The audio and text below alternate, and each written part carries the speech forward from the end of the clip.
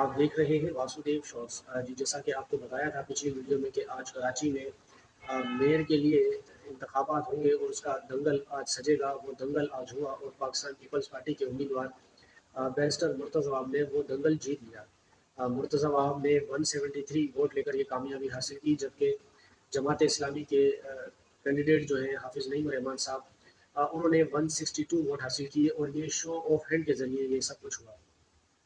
लेकिन उसके बाद हंगामा आरई फूटी और हंगामा आरई के नतीजे में जमात इस्लामी और पीपल्स पार्टी के कारकुनान आमने सामने हुए और तशद्दुद वाक़यात भी हुए, जिसके बाद पुलिस ने मुजाहिरीन को हिरासत में ले लिया। और साथ ही जमात इस्लामी ने ये इल्ज़ाम आयद किया कि पाकिस्तान पीपल्स पार्टी ने तहरीक इंसाफ जो कि उनके इत्तेहादी थे, उनके 29 नुमाइंदों को गायब किया है, जिसके लिए इलेक्शन कमीशन को उन्होंने ख़त लिखा और कहा कि इलेक्शन को कलअदम करार दिया जाए और इंतखाबात का नया शेड्यूल जारी किया जाए।